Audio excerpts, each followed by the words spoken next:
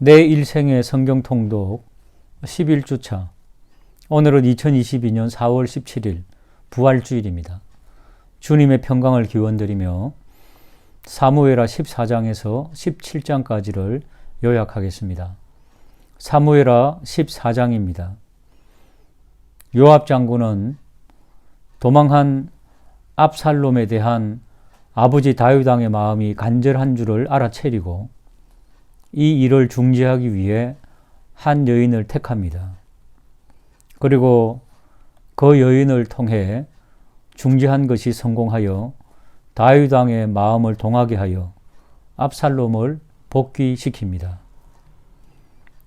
돌아온 압살롬은 이후 2년 동안 아버지 다윗 왕을 볼 수 없었지만 요압 장군을 설득하여 마침내 압살롬은 다윗 왕 아버지를 아련하게 됩니다.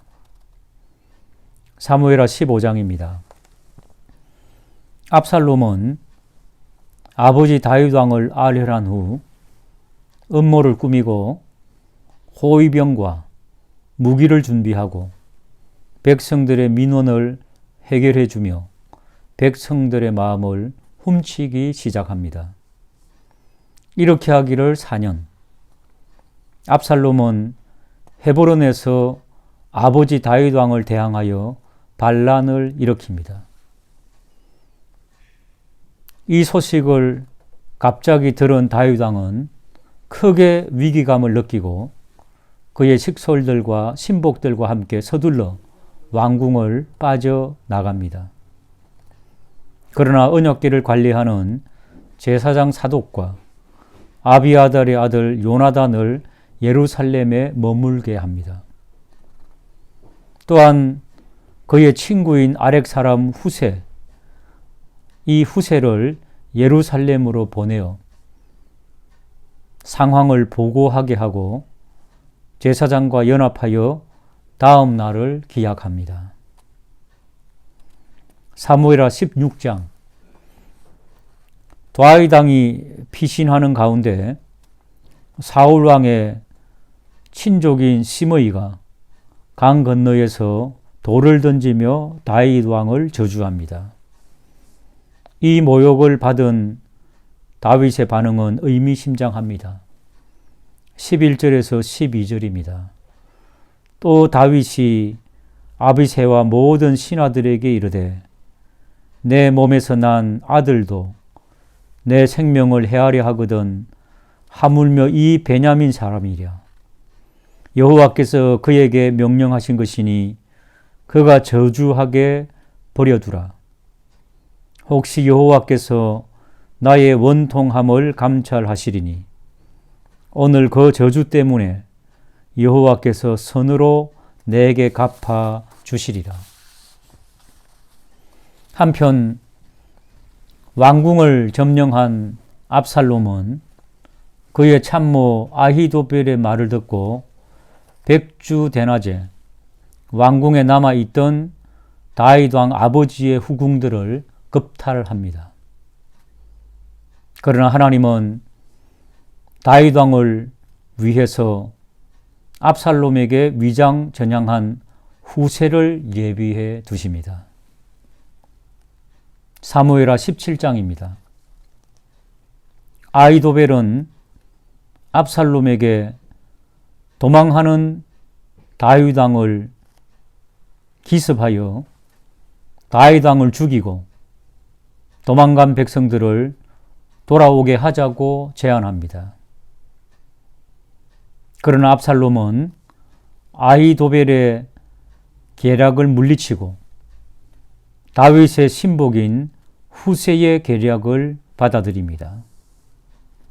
후세의 계략은 기습이 아니라 모든 백성과 군사를 모아서 다윗과 그의 신복들을 치자는 것입니다. 이것은 시간이 많이 걸리는 계획입니다. 그러나 압살롬은 후세의 계략에 넘어갔고 시간을 번 후세는 제사장들에게 부탁하여 다윗 왕에게 전갈합니다.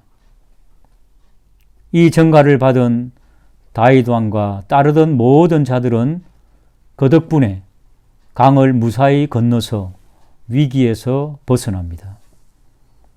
한편 아히도벨은 압살롬으로부터 자신의 계략이 거절당하자 낙향하여 스스로 목매어 자살합니다. 복된 부활주일 하나님의 말씀을 읽고 묵상하며 은혜의 시간 되시기를 주님의 이름으로 축복합니다. 사무엘하 18장에서 21장 말씀 요약해 드리도록 하겠습니다. 18장은 반역했던 압살롬 군대가 에브라임 수풀에서 다윗 군대와 싸울 때 계속 패배하게 됩니다. 다윗의 부하들은 압살롬 치기 위해서 쫓아갔으나 죽이지는 못했습니다. 왜냐하면 다윗이 자신의 아들을 해하지 말 것을 많이 당부하고 명령하였기 때문입니다. 그러나 요압은 지체하지 않고 창으로 압살롬의 심장을 찔러 죽이게 됩니다. 다윗은 그의 아들이 죽은 사실을 구스 사람의 전령에게서 듣고 내 아들 압살롬아 부르짖으며 대성통곡하게 됩니다. 19장은 압살롬의 죽음에 다윗의 슬퍼함으로 왕의 모든 군대도 슬픔에 빠집니다. 요압은 왕에게 말하기를 왕의 보아의 마음을 위로하라고 권면합니다. 그렇지 않으면 젊을 때에 그가 당한 모든 고난 이상의 화가 미칠 것을 경고합니다. 다윗은 성문에서 모든 백성 앞에 나와 위로하며 말씀하게 됩니다. 그리고 다윗은 예루살렘으로 귀환 준비를 하게 되는데 유다와 이스라엘 모든 장로들도 거기에 대해서 동의하지만 서로 의견의 다툼이 조금 있었습니다. 그러나 왕의 귀환에 모든 사람이 힘을 모으게 됩니다. 예루살렘으로 돌아오는 중 왕을 저주했던 시므이가 왕 앞에 엎드려 용서를 빌게 되고 왕은 용서를 하게 됩니다. 왕이 쫓겨날 때 또한 맞이하지 않았던 무비보셋은 그의 종과 재산을 나누라는 명령을 받게 됩니다. 마지막으로 왕이 쫓겨났을 때 많은 도움을 주었던 바르실레에게는 큰 상을 주려고 했지만 그는 그것을 거절하고 자신의 종인 김함을 왕에게 부탁합니다. 20장은 베냐민 사람 비그리의 아들 세바가 반역을 하게 됩니다. 다윗을 무시하고 자신을 높여 왕이 되고자 하였고 많은 이스라엘 사람들이 또한 그를 따르게 됩니다. 다윗은 아마사를 보내어 방비하도록 하였는데 요압이 어떤 이유에서인지 경쟁자인 같은 편 용사인 아마사를 죽이게 되고 자신의 동생 아비세와 함께 세바를 뒤쫓아가게 됩니다. 세바가 한 성읍에 들어가 있을 때 요압은 그 성의 지혜로운 여인과 논쟁하면서 세바를 내어주면 그 성을 멸하지는 않겠다고 설득합니다.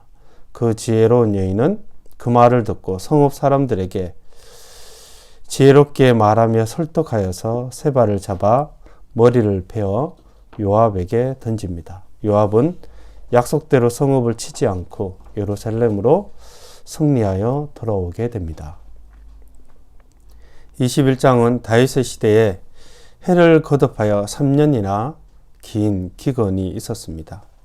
하나님께 간구할 때 여호와께서 이르시되 사울과 피를 흘린 그의 집으로 말미암아 그가 기브온 사람들을 죽였다고 말씀하셨습니다. 그래서 다윗은 기브온 사람들에게 어떻게 하여야 속죄가 되겠는지 물어봅니다. 그들은 자신들을 학살하고 모해한 사람의 자손 7을 달라고 하고 그들의 목을 매달아 죽이게 됩니다. 기브온과 사울의 집에 대한 모든 사건이 종료된 후 하나님은 그 땅을 위한 기도를 들으시게 됩니다. 이후에 블레셋 사람들이 다시 이스라엘과 싸우게 되는데 스루야의 아들 아비새가 다윗을 도와서 승리하게 되었고 다윗에게는 다시는 전장에 나가지 말 것을 강하게 권면하게 됩니다. 이외에도 다윗의 용사들은 블레셋의 많은 용사들을 싸워서 쳐서 이기게 됩니다. 사무엘하 18장에서 21장 말씀 요약을 마치도록 하겠습니다. 감사합니다. 4월 19일 성경 통독 본문은 사무엘하 22장에서 24장 그리고 열왕기상 1장입니다. 22장은 다윗이 일생 동안 체험한 하나님의 은혜와 섭리의 손길에 대한 감사를 시로 찬양하고 있습니다. 먼저 하나님의 구원의 손길을 찬양하며 때와 저절을 알리는 서론으로 시작하여 구원에 대한 다양한 측면을 노래하고 있습니다. 그리고 환난 속에 구원하신 하나님께서는 천지 만물을 통치하시며 다스리시는 권세와 능력의 하나님이심을 노래합니다. 또 자신의 순종에 의롭게 해주신 하나님의 은총과 자비를 노래하고 모든 대적들에게 승리케 하신 하나님께서 자신과 장차 오실 메시아이신 예수님 앞에 모두가 무릎 꿇게 하실 것을 예언적으로 노래하고 있습니다. 끝으로 영원하신 하나님께서 자신과 후손들에게 영원토록 인자를 베푸실 것을 노래합니다. 그러므로 역사를 주관하시는 하나님의 손길을 말씀을 통해 발견하게 됩니다. 23장은 전반부에는 다윗의 선지자적 찬양시로 하나님의 영원한 언약에 따라 장차 오실 의로운 통치자께서 완전한 공의를 실현하시는 왕국을 이루실 것을 찬양하고 있습니다. 그리고 후반부에는 다윗에게 충성한 37명의 용사들에 대하여 전하는데 그중 첫 번째 3인에 대하여 전하고 두 번째 3인의 행적을 간략하게 소개하고 있습니다. 이를 통해 다윗 개인의 능력보다 하나님의 인도하심과 축복 그리고 그를 따른 충성스러운 용사들의 헌신을 통하여 그 완전한 왕국을 이루었음을 알게 됩니다. 이와 같이 하나님의 나라를 위해 우리 또한 충성스러운 용사들로 헌신을 다짐하며 살아야만 할 것입니다. 24장은 사무엘하의 마지막 결론 부분으로 하나님께 순종할 때 번영과 평화를 누리지만 불순종을 행할 때 피할 수 없는 하나님의 심판이 있음을 알게 됩니다.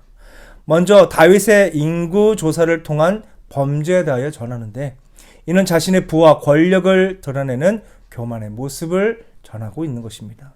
이에 대한 하나님의 징계와 죄를 깨닫고 회개하는 다윗의 모습에 대하여 전하고 있습니다. 끝으로 아라우라 타작 마당에서의 제사를 통한 순종과 하나님의 용서에 대하여 전하고 있습니다.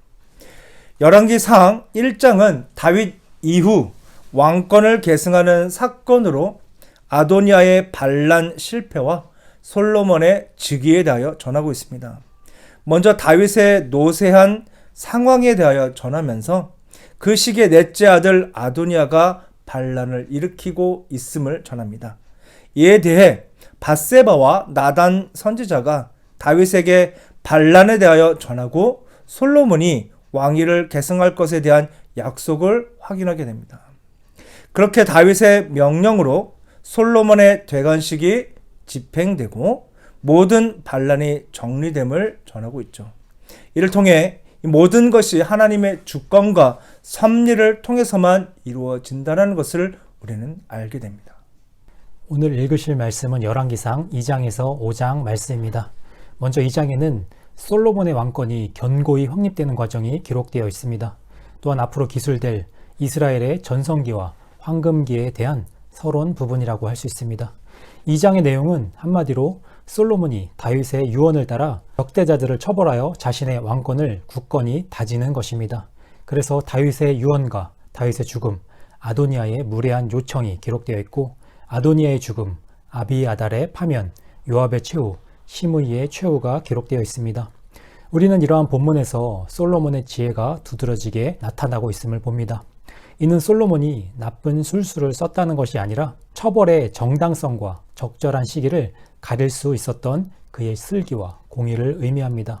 따라서 우리는 2장의 솔로몬을 하나님의 공의를 대행하는 자로, 그의 적대자들은 약속된 솔로몬의 왕국 건설을 회방하는 무리로 이해할 수 있습니다. 3장은 솔로몬의 놀라운 영광이 그의 탁월한 지혜로 말미암은 것임을 밝혀주고 있습니다. 우선 본장 초두에서는 솔로몬의 왕국이 대외적으로 열강의 위치에 올라 있었음을 보여주고, 그와 아울러 그 같은 번영 속에 타락의 요소 또한 내포되어 있었음도 시사해 줍니다. 그리고 일천번제라는 솔로몬의 열렬한 헌신이 있은 후 하나님께서 솔로몬에게 지혜를 약속하셨음도 보여주고 있습니다. 뒤이어 유명한 재판 사건이 기록되어 있는데, 이는 솔로몬이 하나님께로부터 약속된 지혜를 받았음을 분명히 입증해 주는 신뢰입니다. 이리하여 백성들은 통치자로서의 솔로몬의 실질적인 능력과 권위에 대해 존경하고 두려워하게 됩니다. 4장은 솔로몬 치하의 시대상을 연대순으로 기술하기보다는 정치, 경제 등 각 분야를 입체적으로 기술하는 방식을 취하고 있습니다. 초반부에는 솔로몬의 내각의 명단, 12관장과 그들의 행정구역이 기록되어 있고, 다음에는 솔로몬 왕국의 정치, 경제적 성취, 그리고 문화, 학술 면에서의 솔로몬의 업적과 명성 등이 기록되어 있습니다. 이러한 4장이 솔로몬 시대라는 이스라엘 최고의 황금기를 소개하면서 강조하고자 하는 것은 그 같은 번영이 다름 아닌 하나님의 약속의 엄정한 성취라는 것입니다. 또한 그 같은 번영은 하나님의 율법을 성심껏 지켜 행했던 솔로몬과 그의 백성들에게 주어진 하나님의 축복이었다는 점입니다. 5장에서는 솔로몬이 이스라엘 역사상 가장 큰 업적이라 할 수 있는 예루살렘 성전을 건축하기 위해 재반 준비를 갖추고 있었음이 기록되어 있습니다. 그리하여 이후 8장에 이르기까지 성전 건축 공사가 어떻게 피력되었는지가 상세히 기술되고 있습니다. 5장은 솔로몬이 히람에게 도움을 요청하는 장면과 히람의 수락과 함께 약조를 맺는 장면, 그리고 잘 짜여진 근로조직과 관리를 통해 마침내 사전 준비가 완료되는 장면이 기록되어 있습니다. 이상에서 히람이 비록 이방인이긴 하지만 솔로몬의 성전 건축 사역에 적극 조력하였음을 보게 됩니다. 즉 히람은 솔로몬에게 성전 건축에 필요한 백향목과 잣나무는 물론 숙련된 일꾼들까지도 기꺼이 제공한 것입니다. 따라서 성전은 이스라엘인과 이방인들의 합작에 의해 건축되었음을 알 수 있습니다. 이 같은 사실은 곧 성전의 주인이신 하나님께서 이스라엘뿐 아니라 이방인의 하나님도 되신다는 중요한 복음적 진리를 예시해 줍니다. 네, 오늘 성경 통독 범위는 열왕기상 6장부터 9장이 되겠습니다. 먼저 6장입니다. 이스라엘 자손이 애굽 땅에서 나온 지 480년이 되고 솔로몬이 왕이 된 지 4년에 접어들었습니다. 다윗 왕 때부터 준비해온 성전 건축이 본장에서 드디어 시작됩니다. 이 성전은 7년 반에 걸쳐 지어집니다. 본장에서 성전 설계도가 그려집니다. 먼저 길이가 60규빗, 곧 270m 정도, 높이가 13.5m, 폭이 9m 정도 되는 건물이 되겠습니다. 성전 건물 자체는 깎은 돌로 쌓습니다. 주요 부분은 지성소, 성소, 그리고 뜰로 구성이 됩니다. 그리고 벽 쪽에는 다락과 골방들을 만듭니다. 현관 입구에는 20m 정도의 청동 기둥이 양쪽으로 세워집니다. 7절에 보면 성전을 건축할 때 쇠붙이의 소리, 방망이나 도끼 소리가 나지 않도록 아래에서 미리 재료를 다 다듬어서 올려가며 고요하게 건축이 진행되는 특징이 있었는데, 이는 평화의 하나님의 전이 되어야 했기 때문입니다. 11절에 보면 건축 중에 솔로몬에게 말씀하십니다. 내가 이 전을 건축하는 것이 참 기쁘다. 네가 만일 내 법도와 율례와 계명을 지키면 내가 다윗에게 한 말을 다 이루고 이스라엘을 버리지 아니하리라 라고 말씀하십니다. 이 하나님의 말씀은 곧 하나님의 말씀에 지킴이 없으면 이런 성전일지라도 하나님의 영광은 그 안에 머물지 못한다는 역설인 것입니다. 7장입니다. 본장은 솔로몬이 자기가 거할 왕궁을 건립합니다. 주요한 사실은 먼저 하나님의 전을 짓고 다음에 자신의 집을 지었다는 사실입니다. 우리는 언제나 하나님의 영광을 최우선에 두어야 합니다. 솔로몬 왕궁의 구조에 대해 설명합니다. 두 기둥, 그리고 주저한 바닥, 그리고 노태야 10개, 그리고 그 위에 물두명 10개를 설명합니다. 40절부터는 그 밖의 성전의 그릇에 대해 기록됩니다. 51절에는 솔로몬이 여호와의 성전을 위하여 만드는 모든 일을 마치고 아버지 다윗이 성전에 드린 금, 은 등의 기구들은 성전 곳간에 두었다라고 기록합니다. 8장입니다. 본 장에서는 솔로몬이 언약궤를 성전으로 옮기고 성전 봉헌식을 하는 장입니다. 이스라엘의 모든 대표자들이 소집되고 하나님의 영광을 위해 14일 동안의 잔치가 열립니다. 제사장들이 궤를 지성소로 메어들어 그곳에 안치합니다. 하나님께서 구름 속에서 그것을 연락하셨다고 인정하십니다. 솔로몬이 하나님께 감사하는 마음을 가지고 저들의 집회의 사연을 감동적으로 백성에게 알립니다. 곧 봉헌사입니다. 22절부터는 솔로몬이 성전을 향하여 긴 기도를 하나님 앞에 올립니다. 성전을 위한 기도가 되겠습니다.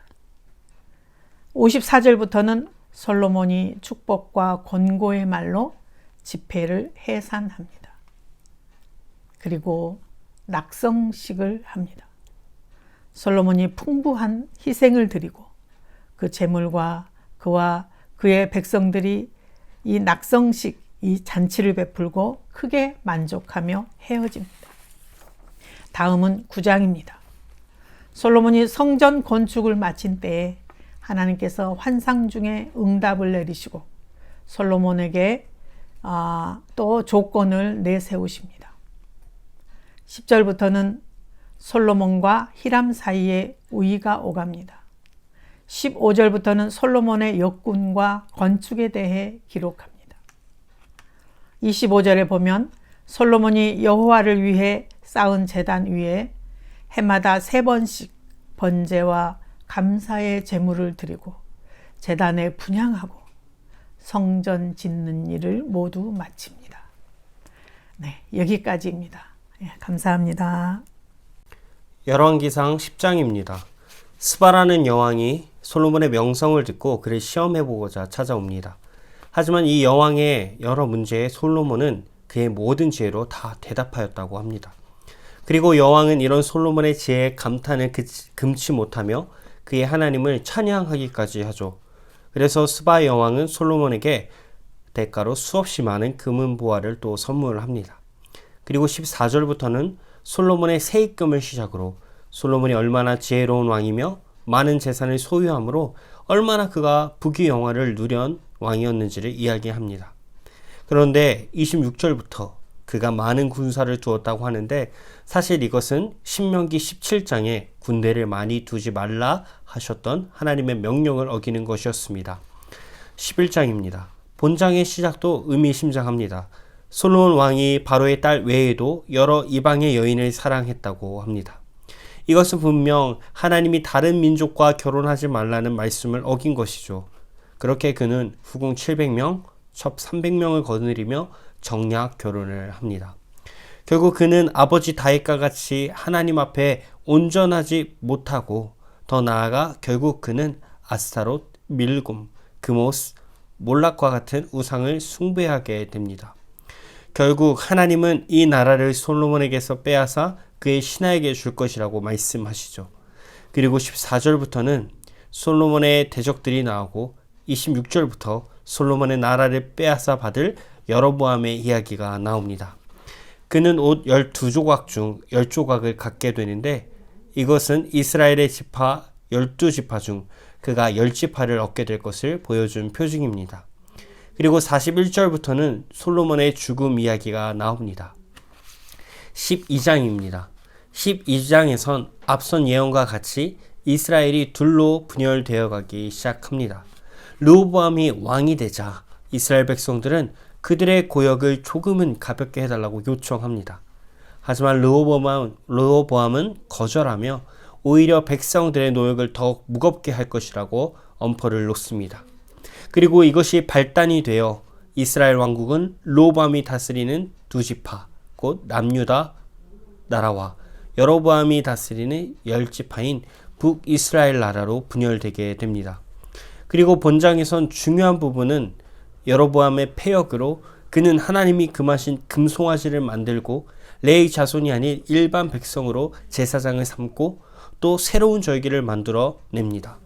자기 마음대로 이스라엘을 통치하기 시작한 것이죠. 13장입니다. 앞에서 본 패역한 여로보암에게 하나님은 선지자를 보내셔서 경고의 말씀을 전하십니다. 성경에 보면 이 선지자는 그 땅에서 떡도 먹지 말고 물도 마시지 않아야 함을 하나님께 들었다고 이야기합니다. 하지만 이는 그의 예언을 마치고 돌아가는 길에 한 늙은 선지자의 말을 듣고 속아 이를 어기게 되죠. 그리고 하나님의 선지자는 하나님의 명령을 어긴 죄로 길에서 사자를 만나 죽게 됩니다. 그리고 13장의 나머지 내용은 여로보암이 하나님 앞에서 악한 길을 걸었다는 사실을 분명히 지적하고 있습니다. 오늘 열왕기상 14장부터 17장까지 함께 말씀 나누도록 하겠습니다. 14장은 여로보암의 종말에 대해서 이야기합니다. 여로보암의 아들 아비야가 병들자 여로보암은 자기 아내를 선지자 아히야에게 보냅니다. 선지자 아히야는 여로보암에게 너의 집이 그 사악함으로 인하여 멸망할 것을 예언합니다. 그 심판의 증거로 아들 아비야는 죽게 되죠. 다음으로 21절부터 31절은 남유다 왕국의 왕 르호보암에 대한 이야기가 나옵니다. 르호보암도 여호와 보시기에 악을 행하며 산당과 우상 그리고 아세라상을 세우는 죄를 짓습니다. 하나님은 애굽의 왕 시삭을 사용하여 르호보암이 통치하던 유다 왕국에 징계를 하십니다. 여호와의 성전에 보물과 왕궁의 보물을 빼앗고 솔로몬이 만든 금 방패를 다 빼앗습니다. 또한 남유다와 북이스라엘 사이에 전쟁이 끊이지 않음을 보여주며 르호보암 또한 죽음을 맞이합니다. 15장에서는 유다 왕 아비암과 아사 그리고 이스라엘 왕 나답과 바아사의 통치에 관한 기록이 등장합니다. 여로보암과 마찬가지로 아비암은 우상 숭배에 빠져 하나님 앞에 온전하지 못하죠. 유다 왕 아비암과 이스라엘 왕 여로보암 사이에서도 전쟁은 계속되고 결국 다음 왕으로 아들 아사가 됩니다. 아사는 철저한 종교개혁을 통해 하나님만을 의지하는 신앙을 보여줍니다. 그러나 이스라엘 왕 바아사와의 전쟁에서 아람을 의지하는 잘못을 범하게 됩니다. 아비암과 아사의 통치 방식은 이들의 뒤를 잇는 남유다 왕국의 모든 왕들의 모형을 제공해 주죠. 곧 남유다 왕국의 왕들은 자신들의 행위가 다윗과 같이 신실했는지 아니면 그렇지 않았는지에 따라 평가됨을 보여줍니다. 16장에서 하나님은 바아사와 바아사의 집을 심판하실 것을 선언합니다. 선지자 예후를 통하여 이스라엘 왕 바아사, 그의 가문에 대한 심판을 선언하시고 바아사 가문의 몰락에 대한 예후의 예언이 시므리에 의한 군사 반란으로 성취하게 됩니다. 정권을 탈취한 시므리의 지배는 겨우 7일 동안만 이루어집니다. 시므리를 제거하고 정권을 잡은 오므리도 여호와 보시기에 악을 행하며 그 전에 모든 사람보다 악하게 행합니다. 다음 왕은 오므리의 아들 아합 왕으로서 22년 동안 사마리아에서 이스라엘을 다스리죠. 아합은 바알을 섬기고 바알을 위하여 제단을 쌓고 아세라상을 만든 사람입니다. 33절에 그는 그 이전에 이스라엘 모든 왕보다 심히 이스라엘 하나님 여호와를 노하시게 하였다 말합니다. 마지막 17장은 이스라엘의 유명한 선지자 엘리야의 행적에 대한 내용입니다. 엘리야는 여호와는 하나님이시다 라는 뜻으로서 우상 숭배가 만연했던 이스라엘을 향한 그의 사역이 나타납니다. 이스라엘이 수년 동안 비도 이슬도 있지 아니한 때를 배경으로서 이 이야기는 시작됩니다. 엘리야는 하나님의 말씀대로 사르밧으로 가서 거기서 과부를 만납니다. 이곳에서 음식이 부족했던 과부에게 기적으로 채워주셨고 죽은 아들을 다시 살리는 이적이 나타납니다. 이를 통해 하나님은 오직 유일하신 분이시며 모든 것은 결국 하나님의 권능 안에 놓여 있음을 시사합니다. 내일 주일 예배를 준비하시며 여호와 하나님만이 우리의 구주로서 그분만이 진리 되심을 기억하시길 바랍니다.